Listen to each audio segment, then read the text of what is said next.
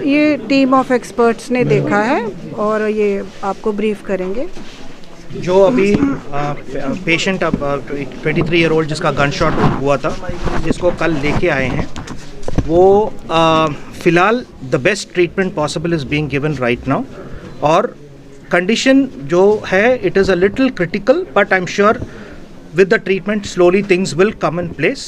This is what this is the thing. And anything else that you would like to add? Anil doctor, ऐसे patient के साथ जैसे जो manage किया गया है बहुत ही अच्छे तरीके से बेस्ट पॉसिबल जो है वो किया गया, जो हमने देखा सारा डिटेल। लेकिन अनफॉर्चुनेटली जो इंजरीज़ जो हैं वो काफ़ी सीरियस इंजरीज़ हैं। इन इंजरीज़ की वजह से मल्टीपल ऑर्गन डिसफंक्शन, जैसे अलग अलग ऑर्गन जो हैं बॉडी के इन्वॉल्व हुए हैं, जैसे किडनी का फंक्शन डिरेंज हो गया हुआ है। इन्फेक्शन जो थी, जो इंटेस्टाइन पंचर थी, वो उससे सारा वो इन्फेक्शन फैल गई है। बीच में कार्डियक अरेस्ट हुआ, जब आए थे थोड़ी देर के बाद कार्डियक अरेस्ट हुआ, उससे ब्रेन पे भी शायद थोड़ा इफेक्ट पड़ा हुआ है। तो मल्टीपल ऑर्गन, लंग का कंटूजन हुआ है, लंग जो है वो ठीक से नहीं काम कर, वेंटिलेशन, उसके लिए ट्रीटमेंट जो चाहिए वो तो सारा चल रहा है। अब उसके लिए आउटकम है क्या होगा that we can nobody can say, but he continues to be very सिक।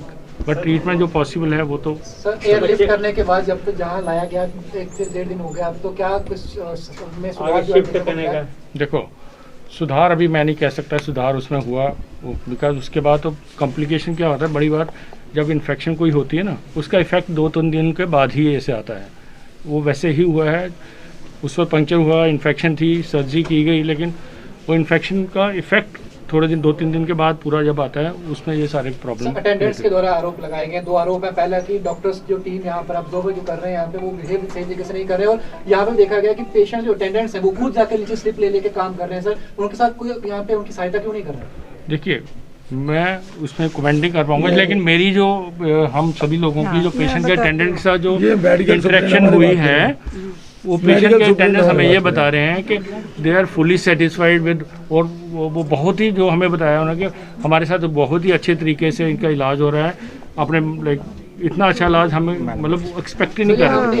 ऐसा है एक्चुअली, जब ये मरीज़ वहाँ से शिफ्ट होने थे तो प्रोएक्टिव मैनेजमेंट पॉसिबल इसलिए हुई कि हमें पहले ही संदेश आ गया कि एक सिक पेशेंट आ रहे हैं, तो हमने 2 ICUs में इसलिए बेड रख दिया कि मेडिकल प्रॉब्लम है कि सर्जिकल है, और सारे डॉक्टर्स कंसल्टेंट्स पहले ही इनको पेशेंट को टाइमली मैनेज करने के लिए थे, कोई 1 सेकंड भी वेस्ट नहीं हुआ।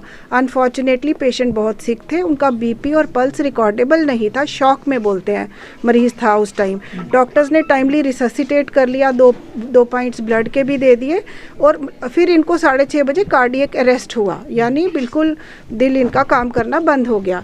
उसके बाद ज़रूरत समझी गई, ICU में इनको इंट्यूबेट कर दिया गया, यानी हम इसको आर्टिफिशियल वो जो देते हैं रेस्पिरेशन उसमें, क्योंकि अब ये सामने आया है कि बहुत सारी इंजरीज़ हुई है। जब ऐसा कोई हादसा अनफॉर्चुनेट हो जाता है तो इंजरीज़ में इनकी अंतड़ियाँ भी उसमें इंजरी हुई है, लंग में हुई है। जो लंग ट्यूब हमने डाली 700 cc, उसमें से हेमरेजिक फ्लूइड अंदर था, उसके बाद हम उम्मीद करते थे, लेकिन कार्डियक अरेस्ट हुआ, मल्टीपल प्रॉब्लम्स, मल्टीपल इंजरीज़, तो ये अनफॉर्चुनेट है। आज इनकी एक्यूट किडनी इंजरी की वजह से हमने डायलिसिस भी किया।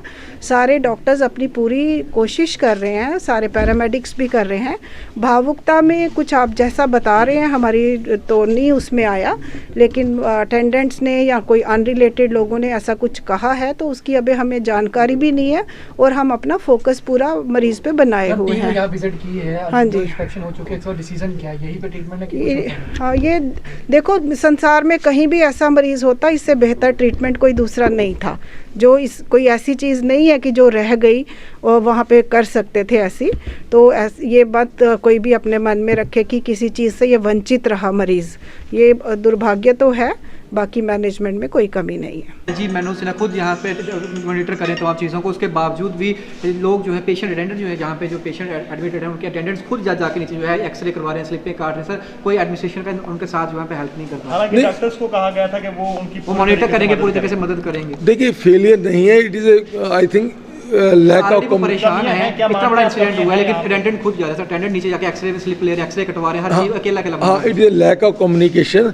जब मैं आया मुझे डोंगरी के सरपंच हैं धीरज, मुझे उनका फ़ोन आता है, मुझे राजौरी के जो हमारे डिप्टी कमिश्नर हैं विकास कुंडल उनका फ़ोन आता है, और मुझे इस लड़के का नंबर भी दिया जाता है। फिर मैं इसको फ़ोन किया, मैंने इसको अपने ऑफिस में बुलाया, और इस बेचारे ने खाना भी नहीं खाया था मेरे ऑफिस में। मैंने इसको वहाँ से ब्रेकफास्ट मंगवाया, तो फिर मैंने इसको समझाया यार तू खुद क्यों दौड़ रहा है। देखिए गलती मिसकंसेप्शन की भी होती है ना, आप परेशान हो खुद ही दौड़ना शुरू कर देते हो। आपको नर्सिंग जो स्टाफ है उसको पर्ची देनी है, ये बेचारा लड़का परेशान हो। जब वो जाते थे तो वो उनसे सही तरीके से बिहेव नहीं करते। ये भी एलिगेशन सर उनके द्वारा लगाया गया। नहीं, आपकी बात से सहमत हूं, ये बात मैंने जो सुप्रिटेंडेंट है उनसे ले लिया है, तो अगर कहीं पे भी गलती है तो कार्रवाई होगी जिन डॉक्टरों ने इस तरह से मिसबिहेव किया है उनके साथ। डॉक्टरों ने नहीं किया, कोई लोअर स्टाफ ने किया, तो वो करेंगे कार्रवाई, उनके खिलाफ करेंगे आप? मैं करवाऊंगा, ठीक है सर, मैं करवाऊंगा। Thank you thank you sir.